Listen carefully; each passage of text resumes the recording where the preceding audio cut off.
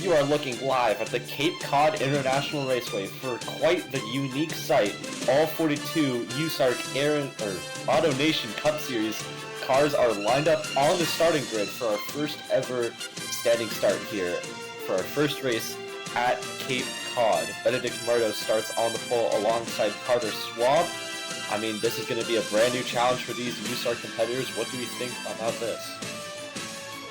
It's going to be interesting for sure. I mean, this is a track that's relatively new to USARC. It's first points paying race, but some of these drivers were able to test here in the off-season. Cold temperatures, though, in the off-season up north here in Cape Cod. But for the standing start element, it's going to be interesting. It's all about your reaction time. Drivers really work on that. It's about having a car that'll be able to launch. Do you want to have a long run setup? Do you want to have a short run setup? But you know, especially at the road courses, you need that acceleration, especially with a standing start like this. I think with the long run versus the short run setup, it's all about what sort of race you're expecting as a driver. Road courses are hit and miss with USARC. They can easily be very clean. They can also easily be very chaotic. I think about a few of the Road America races we've had. Watkins Glen a few times has always sprung up some races where we've not had a lot of green running, really, in comparison to a more sensible race. So I think that combined with this standing start, it's going to be very unpredictable.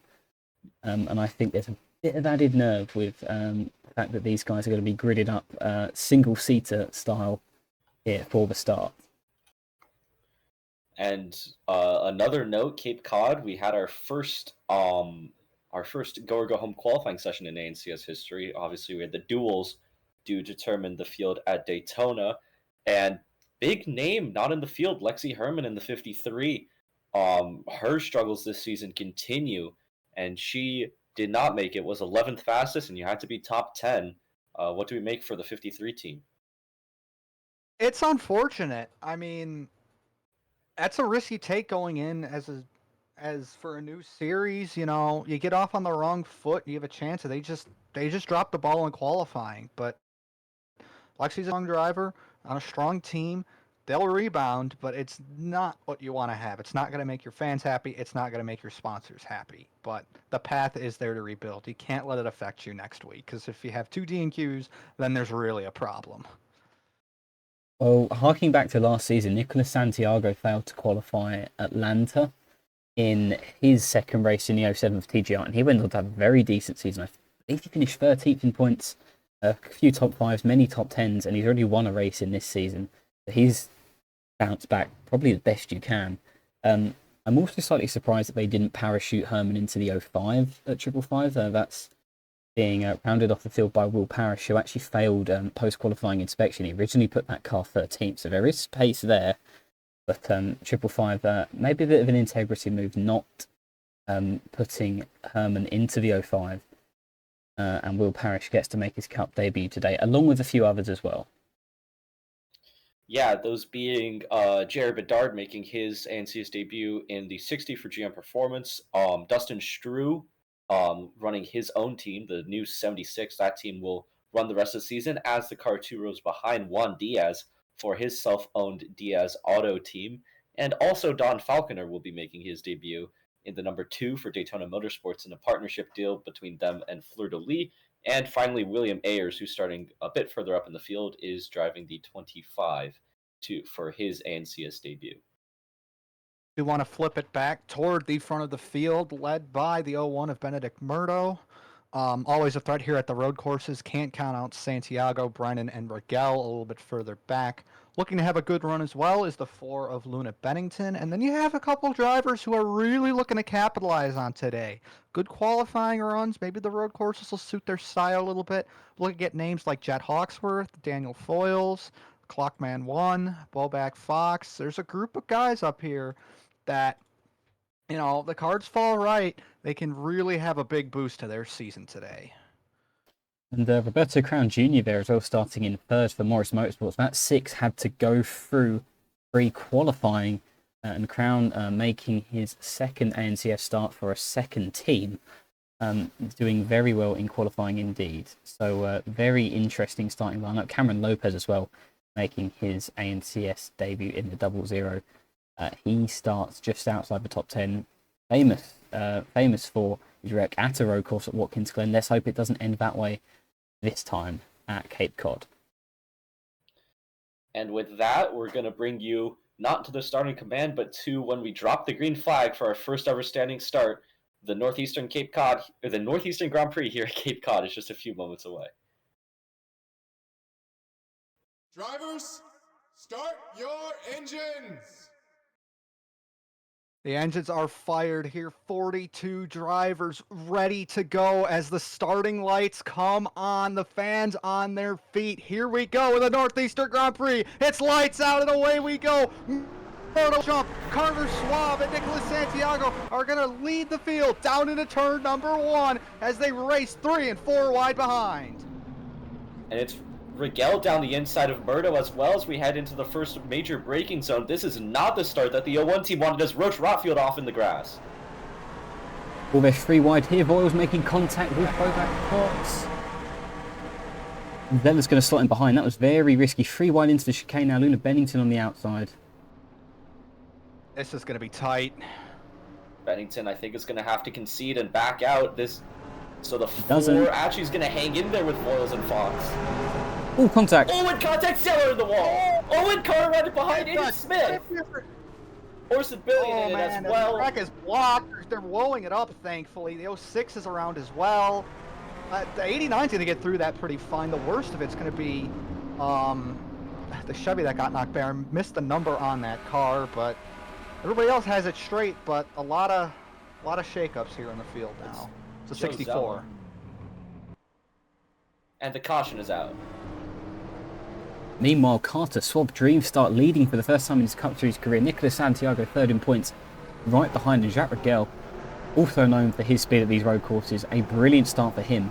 Benedict Murdo just did not get that car fired up off the starting grid. It's hard. I mean, these stock cars are heavy, they weigh a ton, and they don't have the responses you see in open wheel cars where it can just be foot to the floor and go. These cars wheel spin, they wheel hop, and you're sitting there on that grid for a long time, and I think that just bit them. Got quite a few cars with damages for cycling through this field. Definitely gonna need to take a look at some replays. And well, we've had another incident. Your points leader. Oh dear. Goodness. That's day done for the 08. Wow. We'll have to take a look at that one. Looking back through the field, can't see many other issues, but this Brito and Zella smoke billowing out of those cars. So we're going to have to get a few replays here of a very hectic start to a standing start in USARC. Carter Schwab leads. We'll be right back. So we see 3 wide here between Joe Zeller, Clockman 1, and Reese Kupski. A bit of contact in the 64 just goes around hard into the wall, and behind Orson Billion and Aiden Smith make contact. Seth Morgan and Blair McKenzie get involved in that one. But it is certainly day done for the 64 Joe Zeller, and that is really unfortunate for the Watkins Glen winner last season. On board with the 06 is Seth Morgan. You can see there Aiden Smith, the 41 and the 52 getting together. And then he's just an unfortunate bystander and gets clipped ever so slightly by the 89. And an awkward hit into the wall. However, the 06 remains rolling here at Cape Cod. Seth Morgan, very decent at these road courses. A long way to go. We'll see what he can do from here. While Clockman 1 wasn't done getting into some cars as he runs wide in the chicane, clips the 00 and 08, and Disparito hard into just the edge of the wall before the emergency services cut out. Not a good place to hit. Might need a tire stack there next year, but 00 will drive away. 08 day done for Disparito. Well, the lights will not go out again. We're getting a rolling start, but it will be back to go, go, go here at Cape Cod. Carter Schwab leads over Nicholas Santiago, Jacques Rigel, Benedict Murdo, and Roberto Crown Jr. Only cars that pit under the cautions were a couple that got damaged. No strategy calls this early on. As they crest over the hill on the main straightaway, we will go back to green on lap 4 of 27. green flag is out, and Rigel wants to get the hurry up. He's down the inside of Santiago. The 22 off to a great start here off the initial restart. He's going to clear the 07 into turn 2. Santiago fighting back down the inside dive bomb move. Oh, and the 8's wide. Oh, Spurley too, really wide. Gonna slot back onto the racing surface, so no problems there. As Santiago and Rigel still do battle for second as we head into the chicane. Oh, and Santiago a bit squirrely there.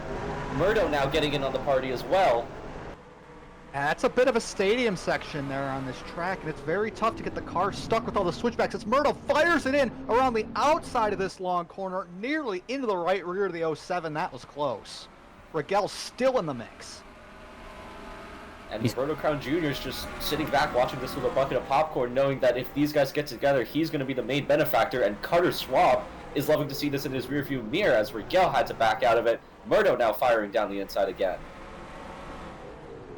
And this is a bit of a trouble corner here. Crown's going to put his hat into the ring. And Murdo's going to... That was tight by the legs. Brennan with a huge snap there. Murdo had to turn attack into defense. Crown saw an opportunity and tried to seize it. He's still looking now, but he backs out into the penultimate corner. Brennan wide. Brennan has been all over the back of the 42 of Hawksworth, but to no avail. The two Scotsmen doing battle as here comes Luna Bennington down the inside of the 1. That early caution, I don't think helped the driver. Problems for Daniel Sells. Car on the back under caution. The caution's out. I can continue the point I was going to make is that, you know, these drivers, they're so anxious all day long to fire off. They have to sit there and wait for the green flag before they fire off. And to get an early caution like that, they're racing. And now 2 early cautions, these drivers are going to be fired up for the rest of this race. A lot of damage to the green, man. Dear, oh dear. Jared Bedard involved as well. Steelwolf off the pace, but didn't look like a ton of damage. So the 80 might have also been involved in that. So we didn't get much green flag racing, almost a full lap, but not quite. We're back under the caution here, lap 5 of 27 at Cape Cod. Well, first clock from 1, now JR Bedard proving that the cut cruise is more difficult than it may seem. Collects 2 cars there, and then hooks Daniel Sells hard into the tyre barrier and collects himself as well. JR Bedard, very difficult debut. We'll continue on. Although with some significant front end damage, just collects 3 cars in 1 corner. Not ideal at all. Yeah, like I said, proving that the ANCS is a little bit tougher to tame than the Granger Truck Series. We are back here at Cape Cod, and some strategical decisions are being made here on lap 5. Carter Schwab, the race leaders down pit road, as is Roberto Crown Jr., though they appear to be the only... Oh, no, a few more in the back. Actually, a lot more in the back. Not Terasova. Romashko, Evans, Onjak, Borger, and I believe 1 or 2 more. Yep, you have Will Parrish and the 00 of Cameron Lopez down pit road. And then all the damaged cars as well. All the damaged cars, plus Eli Steelwolf. That was just fuel for the 05. Yeah, fuel for the 05, fuel? And for the 14 and the 74. Gas and go looks to be the order of the day, so I'm wondering if these cars are just making sure that they are fully topped up, and maybe can cut a stop or 2 out of the strategy later on. I get that. I get taking fuel, but you're going to be at the back of the field. Why not put fresh tires on? There's no tire limits. We have the resources. Just use them. See what you can gain on fresh tires. Sure, we haven't had a full lap under green, but all of the other drivers on this field are on heat cycle tires with green caution already. So there might be a chance for you to gain, but nobody's really taking it other than the drivers who had to fix damage, and including the ones that had to tear the hood off the car. Well, that's a small team there, GM Performance, and certainly that damage bill is going to be high for this race, so that's quite unfortunate for that team, but I think they're just going to ride it out and see where they can finish with that car. Oh no! Oh, and problems for Santiago! Oh, TGR that is massive. TGR have capitulated all of a sudden. 3rd in points, 16 back from teammate Disparito heading into this race. And the Disparito's 07 and the already 08 out. started so good, and now they're both going to be out, not even 6 laps into this thing. Not even a full green flag lap into this thing. And this has now put Jacques Rigel in prime position to potentially, if he can hold on as he has against Murdo, he's going to be in a great position to try to win this race. And I think we're going back green this lap. We are, yeah. We will be. Wow. Raquel's got to shake off the lung damage he's getting pacing behind that exhausting engine of the 07, but we'll have to see. Maybe Myrtle will get the fire off this time. I mean, you got Hawksworth and Bennington as well right behind. They're really looking to prove something with how their seasons have started. Cameron Brennan, the 70 of Voiles as well. We have to watch Voiles because... Clockman 1's in the top 10, TGR sorry. code, isn't it? Yeah, Yeah, 70 is going to be the last bullet left in the TGR chamber with the 2 main cars down, as I think that is terminal for Nicolas Santiago. I would have to think so with the amount of smoke just billowing out of this car. And our lovely safety team as well clearly thinks there's not enough fluid coming out that car, so we'll see if that affects the green flag pace of this race. Gonna see the green, lap 7 of 27. Gonna try to see if we can get a full green flag lapping. And we are racing again at Cape Cod. Rigel looks like he got a good jump on Murdo. Good jump and keeps it defensive here in the 1. Will Myrtle slip it under the inside? No. No space. Voiles down the inside of Brennan though. Clockman 1 gonna try to follow. Brennan fighting back through turn 2. They're going to be side by side into the stadium section. Rigel leads comfortably. Murdo taking a slightly different line, trying to get a peek in. I think he's just going to have to bide his time here. Long way to go still. And Voiles and Brennan continue to scrap as Clockman 1 has gotten around the 55 with Delello. Bobak Fox and Roach Rotfield doing battle behind the 55. And Brennan looks like at the top of the shot just managed to clear the 70, and Bennington's gone wide, so Brennan might try to nip down the inside of the 4. Gonna need a big run though, and thankfully, unless I'm jinxing it, we've gotten through the stadium section clean finally, so pace of this race we'll be able to pick up. Seth Morgan off the pace though in the 06. That's 8-4 1 Diaz. as well. It looks like there wasn't any major issues though, and we are racing once again into this second chicane section. 1 car wide, that's Bobak Fox. He's going to fall behind Roach Rockfield, or is he? Round the outside. That's a nice move from Bobak Fox, having a very decent season, both in APS and ANCS. Although Rockfield peeking down the inside. Left the door open for Rockfield though. 44 off onto the AstroTurf, and Rotfield's going to be able to claim the position. Gonna have to get in line though. Gotta put the pedal down on the exit to make sure the 3 and 52, some hungry drivers back there looking to capitalize as well. Cologne, we kind of saw it in the replay of the Disparito wreck. Had a scrap with Reese Kupski, but the 3 car got away scot-free. It looks like just a little damage, but now it's gonna have a little on the front as we are bumping each other here into turn 1. Look at Orson Billion having a good showing in the 52 just by being caught up in earlier incidents. That Renegade Gutierrez team was definitely questioned about this signing, and he's making it count right now as Hawksworth and Murdo doing battle. Jet Hawksworth trying to get into second. Been a rough season for Hawksworth so far, and this is exactly what he needs, a strong run here. He's going to clear the 01. Great move there. And now Hawksworth will be enabled to go chase after Benedict Murdo, or not Murdo, sorry, Jack Rigel. The 42 driver suffered some minor injuries in the APS duel at Daytona, battling with the 01 of Murdo. Missed the Daytona weekend and has kind of not looked the same driver since. This first road course so far has been playing well as Murdo almost gets into the 42. Murdo, I think, has caught Hawksworth napping because he nailed the corner and nearly got into the right rear of that Toyota Camry, now hounding the back of the young driver. Murdo, I mean, he's had his fair shares of ups and downs in his short USARC career so far, but he is on it today. He's going to send it around the outside, though the move's not going to play out. Hawksworth going to maintain second for now. I have to set up something here for turn 1. I think the 01 got the better drive off the final corner. Brennan now also in the back of your shot playing defensive on Daniel Voiles as we watch the battle for second. And Murdo's gonna stay tucked into line. Big dive from Bennington to close up onto the back of the 01. Honestly, lucky the 4-car stopped because that would have been really dramatic. But just found your limit on the braking zone. Now you know don't go past that. As here we go, we got the 2-car mixing it up here in the mid-pack. Don Falconer on debut doing battle with Kayusha Tarasova, also on debut. 2 debutantes into the stadium section.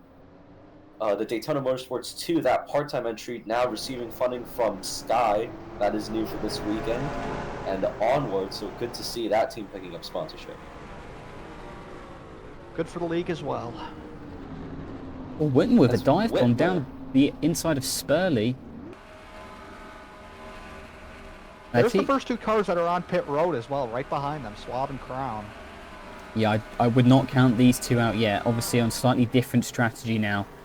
They've just got to bide their time in traffic and get through it as cleanly and as efficiently as possible. We know their fuel numbers are slightly different. Tyre is still the same though, so it's going to be interesting what this comes down to. Is tyre wear going to be the difference, or is it going to be fuel's Crown? This could be a crucial move if he can pull this off. That was a crazy crossover, but I don't think it's going to stick. Swab using every inch of the curbing to keep that spot. Oh, here comes Crown. Oh, but Crown's gotten there. Swab had a really poor exit, and I think Crown is going to get the spot. Here How he you goes. make a name for yourself?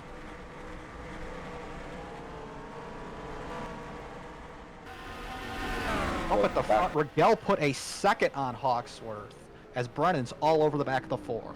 Oh, and Voiles a bit too much on the back of the 1, and Clockman 1 also getting onto the back of the 70. I don't think anyone suffered any damage, but a bit more beating and banging into turn 1. I think that issue there is that it's such a long straight, and with these big, heavy, cumbersome stock cars, is the brakes simply get very cold even in that short space of time. It's just going to make braking for a very heavy braking point even more difficult than it already would be for a stock car. And I do think there's a little mind games involved, you know, if you can get stopped and gain as much time as you can, because braking zones are where you can make up a lot of time. And heck, even put your bumper to the car in front of you, just try and nudge them so they get loose on exit. That'll help you as well.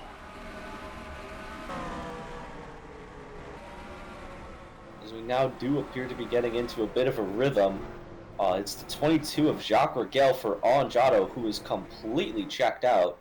It was 2 seconds the gap last time around, and Jet Hawksworth and Benedict Murdo seem more concerned about battling with themselves than trying to hunt down the 22 for this lead, as here comes the Lello on Voiles, so that move not on. Nothing in it. Murdo's got a big exit there as they climb up the uphill to end the lap. Can he do anything down here as we hit the main straightaway? It's going to have to happen into turn 1. If it does, Murdo all over the back of the 42 of Hawksworth. I think Bennington's also acting as a bit of a cork in the screw for the rest of his pack. Cameron Brenner's been all over her for at least a lap now. Clockman 1 as well. It's only a matter of time before the floodgates break for Luna Bennington. These two are just going to fly past her. But for now, she holds position very well. A very solid run of what's been a very solid season for Luna Bennington. Oh, I heard a crash noise. Oh dear, Oh, bit of contact there, Finguy. 4 races in a row, he's found heavy contact. But that sounded quite hard. There's certainly damage on the 9, but it's not nearly as heavy as his past few races have been. So I think that is unideal for the Finguy Saitomi team, but it definitely could be worse, as they've already experienced. I think he might have to... yeah, and as a result, he may suffer some evasive action from Luke Evans in the 10. However, he's going to hold him off into the hairpin. Good pack. Peter Onjak really far back at the minute. I wonder if he's taken another pit stop at some point. He has. I think he must have to be that far back. Yeah, that's the only explanation I'd have for that. Either that or something happened way off here because he was running deep in the pack as well, not able to make up a ton of ground like he did from a deep starting spot at Darlington. Oh, and Goodness me, the Tarasova. 57 full commit. Thankfully that grass isn't flat, because if it was muddy, Splitter would have gotten ripped out from under that car. It's not as nice as pavement runoff, that's for sure. And I think that's kind of by design. You'd want it to be a bit more punishing so you don't have to worry about things such as track limits. But man, Tarasova really getting that car sideways.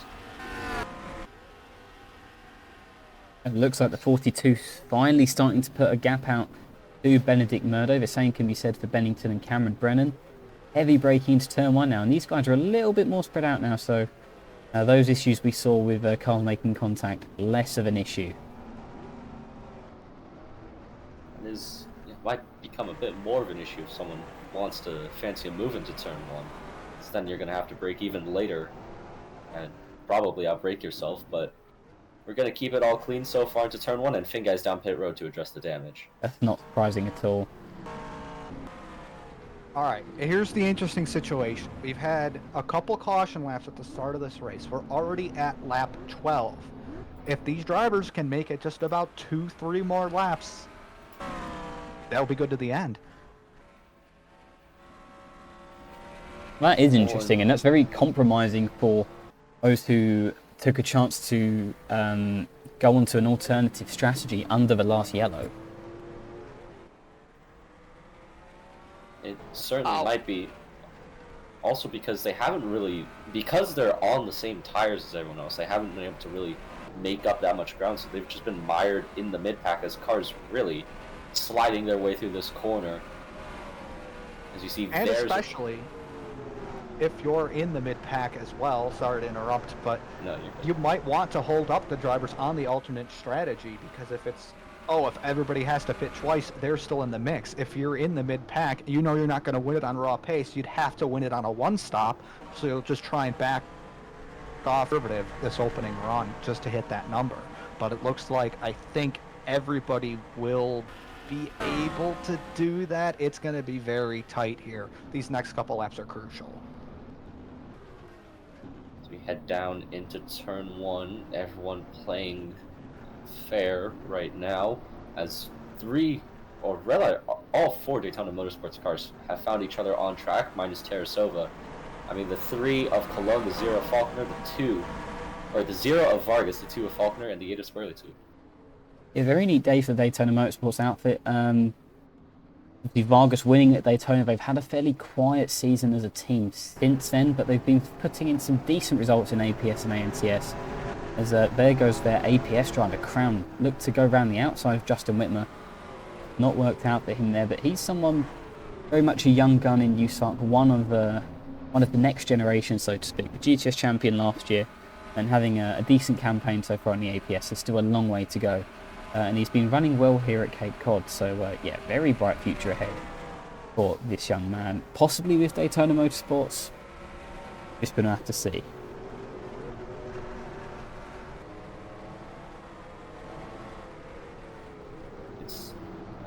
So Crown currently putting in a good run for the 6 team Morris Motorsports, but I mean, I think it is still what could have been if they didn't go on the alternative strategy. I mean, we're still waiting to see how that plays out, of course, but it's just not looking like it's necessarily working right now as Faulkner goes down the inside of Vargas, the 0 run wide.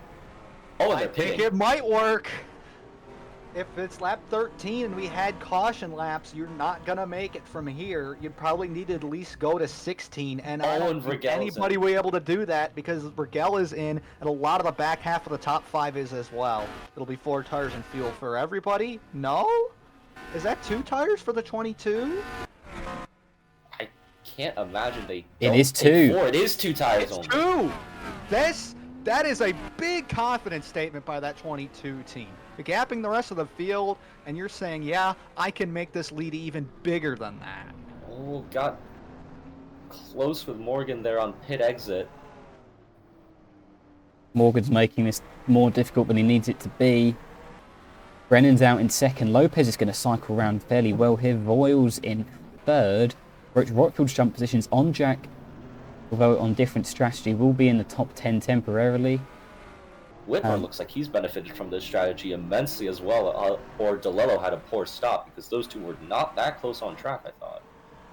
Gonna have to see now here where Hawksworth, Murdo, and Bennington cycle in. Can anybody go 1 lap further than this? Oh, and Hawksworth! Goodness me! That is not what you want to have happen on an end lap. Lose 1, maybe 2 spots. the Goodyear Eagles on the 42 really starting to scream out, and I think that means that it is going to be time to pit for these guys. I wonder if And is Crown going to cycle around and be the leader now on believe merit he for a is. few laps at least, unless And they. he will. I want to Unless he see. hits. Yeah, I want to see this because Swab's there as well. He's going to cycle out as the leader, but everyone still He's has another pitting. stop. Crown is from pitting. here. Swab stays Why- out. Swab will cycle to the lead. That's bizarre. I'm speechless. This must be why the 6 cars in go or go home qualifying, because that is. That's a baffling strategy. There call. are things I want to say that I cannot say on air right now. I'll leave it at that, as Murdo's in his box. Pole sitter. And a few cars have joined Swab. I mean, there were the cars that also pitted under that alternate strategy. And now we have a really interesting running order. As Swab leads, Naziri Romashko now finds himself in second, and Will Parrish finds himself in third, with then Dustin Strew, and I believe that means Juan Diaz, currently rounds the top 5. And Rigel's failed to get past Morgan, and Except Morgan's Morgan. actually gapped him as well. And there is the battle for second. I think that's a smart play, because there's no point fighting with Ooh, someone oh that's not no, on your oh side. no. You have to lead. Hawksworth has issues. Oh no! That might have been a tyre ill-fitted, and they've just had to pull that car over because it's going to come off otherwise, and that's a hazard. Oh, and we've had a hit. Faulkner with damage. Faulkner got damage. We're under Big damage yellow. on the 2. I wondered because of. I don't think we are. We're not. No. Oh, and the the pros are Luke The 10 Evans. is stopped. What Yeah. did the 10 run out of fuel? I think that reads like he's run out of fuel and just failed to clock that he needs to come in a lap earlier than he originally intended. That'd be a horrible miscalculation if that was the case, an entire lap off. But I was going to make a statement when the next run had fully cycled through that I was a bit worried where Hawksworth's head was, because had a couple mistakes racing Murdo, the lights may have been too bright, and then it's like, did they just leave their box early there with not all the lugs on the car and the wheel came off? Or was it a fault on the crew? I'm not sure, but Swab is in now, so none of these drivers are running long. Except for Juan Diaz. Except for Juan Diaz, but what that speaks to me is that these drivers did not save anything under caution. That the laps here are just simply too long at a road course to gain anything under caution, as they're towing the 42 back, and Rigel will cycle fully back to the lead once the 84 pits after his time in the spotlight, which he deserves.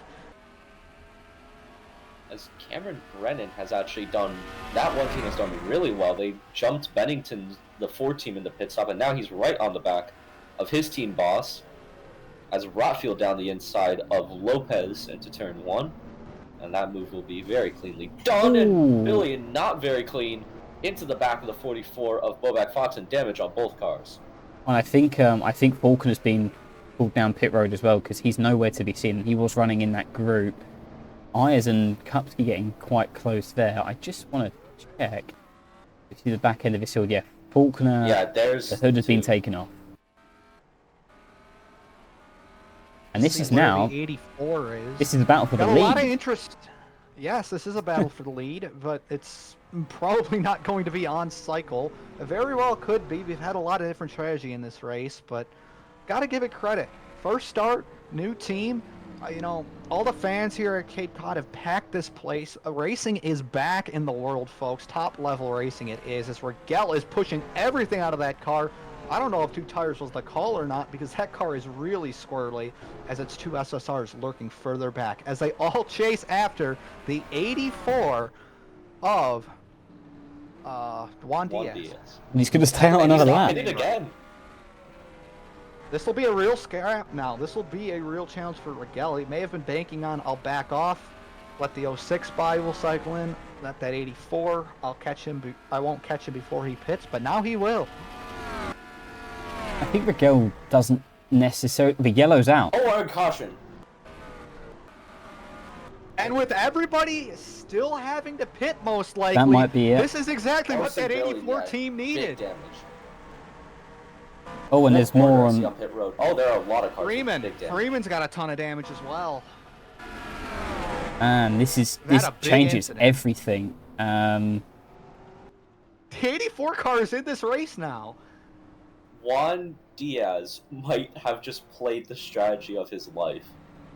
And the strategy may have come undone for Rigel because everybody just took tires. I think a lot of the drivers still in the top 10 will just take fuel, and Rigel's going to still have old right side tires. I He's literally, going to have to put tires on. I was about to say before the yellow came out that how comfortable the 22 was. You know, he didn't have to worry about staying behind the 84 taking it easy because he was out in front by about 9 seconds, which is incredibly long. He didn't have to worry about any of that. He didn't have to worry about only taking 2 tires at the last stop. Now all of that's out the window, and this race has really been thrown into jeopardy. We will get a replay shortly as Aiden Smith's got damage as well. Dustin Strew has issues. Ayers as well. Yeah, there are a lot of cars torn up here in the back. Assuming this was a pretty big incident from the looks of things. Oh yeah, and the 57 got damaged. Yeah, Freeman. Freeman. Swab looks like. I think Swab's okay. I'm just curious now. Yeah. Are we gonna see everyone come down? I would imagine. Logic says that you come down, but we have seen some displays of a lack of logic so far from our USARC strategists here. So I'd say anything is possible. I have an apology to the strategist of the 6 car because we're making contact under caution. As Diaz comes down, they're staying out. Lopez Whitmer. Now they think they can make it on this, which maybe. Yeah, it's going to be so close. All the damaged cars are down, as you would expect. Yep. Diaz, Lopez, I got on the 6's case because they didn't save under caution, and now the 30 drivers think they can save under caution to make it from here. It's just, folks, we got a lot to watch. I did want to see the pit stops to see if, because there were 3 cars that are down here on strategy, and those look like fairly quick stops, at least for the 84 of Diaz. I think it might. I don't think it was 4 tires. Because Lopez looks like that's damage repair on the 00 because he is quite long in the box. I think that's just 2 tires at most, if not just fuel. I mean, definitely some repairs for these guys. Hawksworth's back out. End's back out as well. Yeah, we'll definitely verify it here as we need to look at the accident as well. So the truth will not be obscured here at Cape Cod.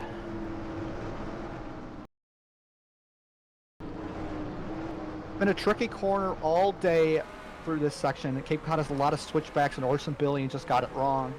Not too much wrong, but Ricky Freeman Jr.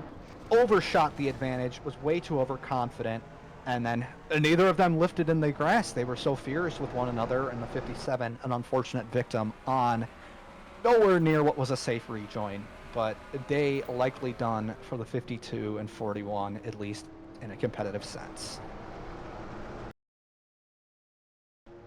We are back here at Cape Cod, lap 18 and 27, and we are in a very interesting strategical position right now. Juan Diaz took 4, Justin Whitmer only took 2, but the big question is, can everyone make it? We know that those cars most certainly can, but now it's going to be the matter of can the leaders.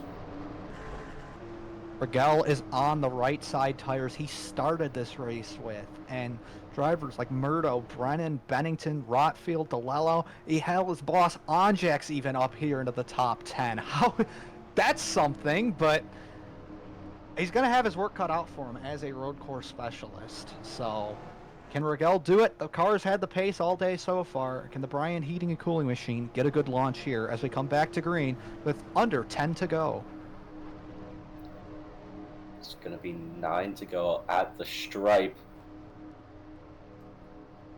And Jacques Rigel is going to need a very big restart here if he wants to make this work out. Here we go. Green flag is out, and it looks like a good jump. Once again for Rigel, not a good one for Murdo. Brennan down the inside. Onjack making moves as well, just behind. I think Brennan's going to try and clear his teammate. But Murdo's going to dive it down into 2. This switchback section really producing good racing so far. Murdo's going to And we're try and 3 hold wide on. behind. Oh, They are 3 wide. And I I think think Onjack's gonna Onjack's clear. cleared DeLello. Yeah, he's going to clear down and into the hairpin as Brennan sends it in on his boss. Sent it in on turn 1 using the line that he had used defensively early in the race. Oh, and he's run really wide. Ah, you can't do that. You can't do that. I'm hyping you up, and then you run wide and lose second back to your boss. That's not good, as Whitmer and Diaz side by side deep in the field as everybody else trundles through. Murdo back clear to second. And Royals, for being the lone TGR car left in the race, is putting in one of his classic performances that we saw with Score Motorsports. He's up here in P4. A great run as Brennan wide again. That's going to open the door maybe for Voiles if he's feeling lucky. oh no, Miguel Oh, and wide. props for Miguel. He ran Here wide. comes Murdo for the lead. Murdo's the only driver in the top 3 who hasn't been overdriving the car on the restart, and it's going to pay dividends here. Cannot get by Rigel, though, putting on some great defense out of that 22. And heading into the final corner, you got to imagine, though, that is, I think, a bit of contact there between Fargus and Fox. But you got to imagine that Murdo is setting up a move into turn 1. Yeah, he's already. Oh, the yellow's out. Oh, and Warder caution again. Will not be making a move with that. Oh, and Whitmer. It's Justin that's Whitmer. Whitmer. Road is Whitmer. That's huge. That's one of the cars on the alternate strategy now. He is out. Or at least he is not going to be a factor anymore in this race. Oh no, Oh, and props for Steel Wolf. he's been turned into turn 1 big time by That's- someone under That's under braking. caution. That's not good. That's not good at all. And the day gets longer here at Cape Cod. Another late race caution, and this once again is going to throw another wrench into strategy. We'll get replays here shortly. Oh, a slight chain reaction incident here. This very troublesome chicane here at Cape Cod. 57 gets into the Thin Guy gets into the 18, and Josh Whitmer hard into the wall. And day done for one of those drivers to watch coming up from the back on alternative strategy.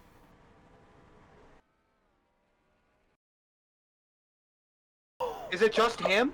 I think it is. Welcome back to Cape Cod, and Jack Rigel is pitting. Oh my goodness.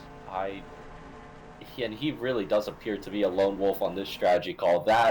Oh no, there is another car down pit road I just saw. Couldn't quite make out who it is. It's DeLello. Interesting. Are there any others? I think for SSR, Onjack as well. Onjack's in as well. I think the case is it's do the opposite of the leader. You think you can make it, go for it. The leader doesn't think they can make it, you can, because I think that was the only way they were going to be able to beat Rigel today. That's looking like a particularly long stop for Peter Onjack. I'm not quite sure what... Yeah, 22 and 55 are back out into this race. Oh, and They're going to cycle behind the 84 as well. DeLello's got damage. Oh, and DeLello, I think, got out ahead of Finn Guy. They've taken the hood off that car. They already had the hood off that car, I Did believe. they? Oh, no, DeLello, yeah. Yeah. I thought you were talking about Finn Guy. No, the hood is on 55. Something happened. It sure why. may have been under caution. Oh, we've... I think we're just sorting out the running order here right now. I imagine we'll be going back green this lap as well. So now it's Benedict Murdo in the lead. The pole sitter has probably had the most chaotic way to get from the pole to the lead on lap 21. As Onjack's still on pit road, I think that might be an issue on the 14. There are bigger issues with that car. You can just tell a lot of side damage as well. Something has gone wrong. But here's the situation. Murdo has played it cool and calm. That's good. Brennan has not. He could have gotten the lead last restart. Well, second would have cycled to the lead. But he was too aggressive. Over-aggressive. His teammate, team boss Murdo, beat him out.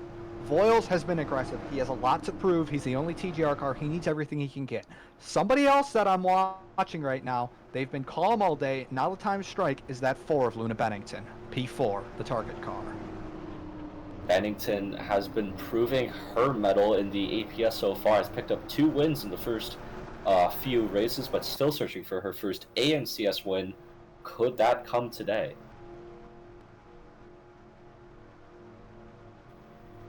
As the field snakes through what could very well be one of our last restarts here in what has been a very chaotic but very entertaining race here.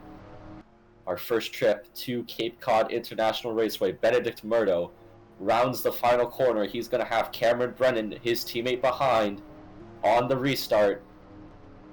And we're going to see the green with 6 laps to go. As we crest over the hill, Flagman is going to start waving the green. And we are back racing at Cape Cod, and Murdo does not get away well. Here comes Brennan. Brennan tried this last restart. Will it pay off this time? Bennington under Voiles, 3 wide for 5th. Brennan, huge corner there. Can he clear? Myrtle firing it back up the inside like he did last time. And boy, it looked like Brennan for a second, but Murdo's got it now. That was way too conservative from Cameron Brennan, and Murdo just easily surpassed him into turn 2. Voiles trying to get back around Bennington, but the force shoots it down the inside. And I think that Voiles is going to have to concede, but he won't. He's going to fight this through the chicane as Rothfield sliding wide. Had the inside through the stadium section and will clear back for 3rd off, as now Vargas could set up a move. Doesn't Here's take Rothfield. it, so Rothfield does. And Murdo wide. That's opened the door for Brennan. Here comes Cameron Brennan for the race lead.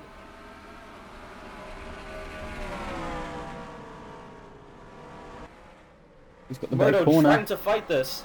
Here comes Voiles as well. Both of them contact. Oh my god! Near contact. Not gonna between the give two it up teammates. easily. Wow. Benedict Murdo Oh, went he's wide? winless last season. He's sliding wide. Brennan now back up the inside. Oh, that was so There's close. the aggression. There's the aggression we have not seen all race out of Murdo, and he somehow, someway, he is making it work. Was full commit around the outside, the dirty part through the kink halfway through the lap, and that's allowed him to keep the lead as Rotfield in a heavy scrap there with Boback Fox. Voiles having a poor exit. Bennington might be setting up a run here down the main straightaway, but now for Benedict Murdo, it's all about checking out. 5 laps to go, and I think that no one in this field would like that 0-1 to check out as Clockman 1 trying to maybe set up a move on Boback Fox, looking up ahead. Peter Onjak, oh boy, the 14 is back out into this race and right out in front of the leaders. Oh, and I think he's going to be out of the way. Still in the race, but the SSR's not going to be happy. Nobody's going to be happy if this ends up causing an incident. Brennan has to be furious right now with Onjak, but will clear into the hairpin, and now it's all going to be what Onjak does to impede the 3rd place battle. And Brennan, can he close back up on his boss for the lead? As Voiles and Bennington continue to scrap back and forth, Christian Vargas has very quietly worked his way up here into this. As Murdo looked like he might have gone deep again, but Brennan able to close up but not shape up a move yet, as Vargas now maybe looking on Bennington.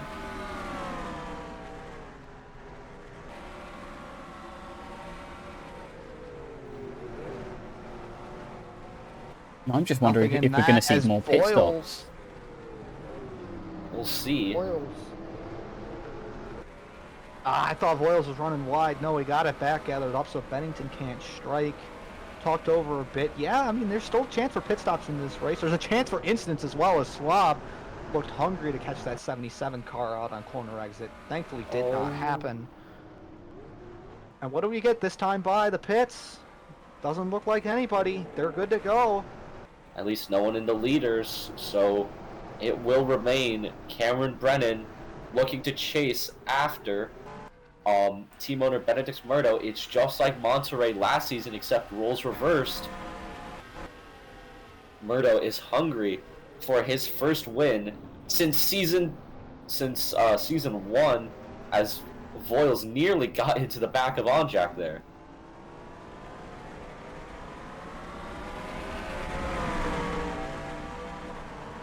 Now making the move to his outside, it's going to be for the corner. No blue flags here, so lap cars they're free to do as they please. But Voiles can't be on the outside for too long because Bennington would be sniffing a move, cannot find it. I think this should be Voiles clear on Jack, but the 14 is going to fight it. But not for too much longer. The 70 should be clear. And now Vargas under attack from Rotfield.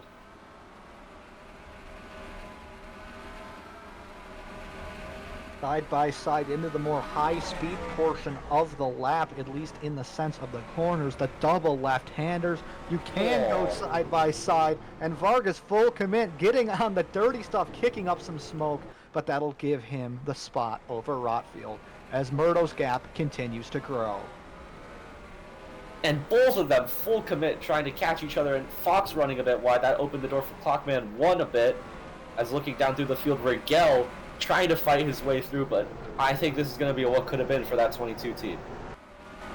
Driving angry, still going to be in the reaches of a top 15, but nowhere near the run that could have been today, as this is the battle to watch right now for P5. Between Christian Vargas and Roach Rotfield, the 11 Yellow. will be in the slipstream. Caution. That might do it. That should do it. I don't think with the caution procedures we have, I think that's going to be the end of the race. I mean, if not, we get one lap, which, oh boy, if we do. Well, we're going to see what's caused this yellow and then come back, see if we get any maybe pit stops under this yellow, or maybe it is all clean now until the end, all clear for Benedict Murdo. We'll be right back.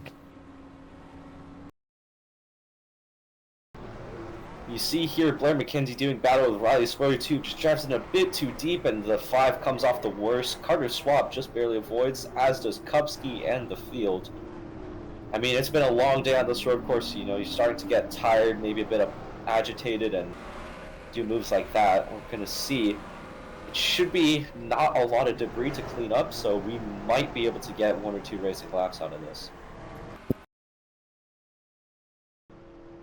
We are back here at Cape Cod, and we are going to get 1 racing lap to determine who comes out on top in the first ever USARC Northeastern Grand Prix. Strap yourselves in. This is about to be a wild one. Yeah, so after the last restart, there's really no changes in the top 5 at least. It is still Murdo, Brennan, Voiles, Bennington, and Vargas. Rotfield in 6th. Those are your 6 best cars up here in this race, and they all showed their aggression last restart. Some other drivers waiting in the wings. Carter Swab has climbed back up into the top 10 after his alternate strategy earlier did not work out. Rigel is back in the top 15 as well after his alternative strategy did not work out. But with 1 lap to go, they're just going to have to take what they can get. It won't be a win. As per tradition we normally do with these late restarts, who would you predict at this point is going to win the Northeastern Grand Prix? I think from a fan's perspective, as much as I hate to say it, I'd like to see someone other than Murdo. A last lap pass would certainly be something for the fans, and I feel like Cameron Brennan would be the one to do it, so I think Cameron Brennan scores his first ANCS victory here today at Cape Cod. It will be an SSR car. I don't know if it will be Murdo, Brennan, hell, even Rotfield, if it gets really crazy on this restart, but it's going to be one of them. They have 3 of the top 6. It's going to be hard to beat. Daniel Voiles will just be praying right now that these two have a coming together of epic proportions. These two, known for their aggression, but known for their speed on road courses, this is the perfect storm for something to happen on this final lap. Daniel Voiles, Luna Bennington, Christian Vargas, Roach Rotfield will be waiting in the wings as we come round for a 1 lap dash to decide it. This battle we saw last season at Monterey, and it was Cameron Brennan who triumphed in that one. Now we're going to get round 2 here at Cape Cod, and it's upper hand to Benedict Murdo, as we are going to see the green and the white flag here. No matter what happens, this is the last restart. Whoever crosses the line first will win. the Northeastern Grand Prix. And Starter has the white flag in his hand, and the white and the green is back out here, and Murdo already going defensive. We saw a dramatic run into turn 1 on lap 1. We will see it with 1 to go. Murdo had a good launch. Bennington knows there's no time to waste. Up the inside on foils. No, nothing from Brennan. The last 2 restarts we had a look from Brennan. This time, nothing. I think Brennan might be shaping up a move for later in the lap, though he has to know that now is go time, and the 1 does not look like he has the pace that he had previously as Bennington clears into 3rd. That's a big clear. That is a big clear by Bennington as they are side by side deep in the pack, fighting for spots here at the end. Lower reaches the top 10 as Bennington nearly had something on Brennan into the stadium section. Does not compromise the exit, and Murdo is pulling away in the Aldi machine. Brennan or Bennington need a mistake from Benedict Murdo right now if they want a shot to win this race. But the 0-1 so far this lap has been flawless. The perfect lap for Murdo. Oh, I liked Brennan's line more through there, but it's going to take a lot more than that. He's wide there. He's wide. That was slow. That's slow. Brennan is closing, and now into the most difficult corner we've had. Oh, They both Bennington nail it. way off the Bennington in track. 3rd does not. He's going to lose 3rd to Voiles and possibly 4th to Vargas as well, but it's all coming up Benedict Murdo right now. Leading this thing, has hit his marks, may have played a little bit conservative, but Brennan's conservation as well will secure the team a 1-2. Off of the final corner, Benedict Murdo is going to return to a USARC victory lane. He is going to take the inaugural race here at Cape Cod. Benedict Murdo wins the Northeastern Grand Prix. I have to see Bennington will lose 4th to Vargas. Rotfield barely edges the 44 for P6. what a race. Wow. What a finish. Benedict Murdo back in victory lane. At the track type, he does it best. If I'm not mistaken, I believe that's Murdo's first win since Season 1 Watkins Glen. Did he It's not been win a last long season? time coming. He did not win last season. Incredible. I mean, it was very difficult last season given the injury and the suspension. Seems like he's turning a new leaf with a very, very nice victory here at Cape Cod. Daniel Cameron Boyles Brennan. as well. Shout out to him for his first top 5. Cameron Brennan as well. I mean, Brennan is definitely proving why he got called up to the 1 car in APCS last season, picked up 3 wins, and he, once again, the only man who really was able to mount a serious challenge to Benedict Murdo once the boss man got his head down. Another good run for Luna Bennington. Christian Vargas with a top 5. I believe his first since Daytona. And how about Roach Rotfield? I mean, a late call-up to the 11 car after the sudden retirement of Kyler Sustrai, and they have fit in very well with this team, proving that they definitely have what it takes. Is that back-to-back top 10s for Carter Swab, Carter Swab yes, as it well? is. Yeah, very impressive stuff from the 88. Stephen Colon and Bobak Fox continuing on very impressive starts to the season. Reese Kupski coming home with a top 10. Rigel coming home in Just 12th. shy. Will Parrish with a very decent Cup debut as well. And same for William Myers. Hawksworth, it's going to be what could have been for that 42 team. Same for Roberto Crown Jr., though that finish is nothing to scoff at. And the fans here at Cape Cod and all you viewers at home, you're treated to a good race. A lot of people skeptical about road racing, they just go single file, string out, and nothing happens. Well, call your happening, man, because a lot went down today. Strategy, racing, all out just battling around an entire multi-mile road course. It was a treat to race here, and USARC has done good putting this on the schedule. I think I definitely speak for everyone when we say that USARC will be back at Cape Cod for years to come after that one. But that has been all from our inaugural rounding here of the Northeastern Grand Prix. Next up on the calendar will be Michigan which has also tended to put on some good showings for the APCS and GTS, but the ANCS will be taking it on for the first time. So until then, thank you for watching the ANCS, and see you at Michigan.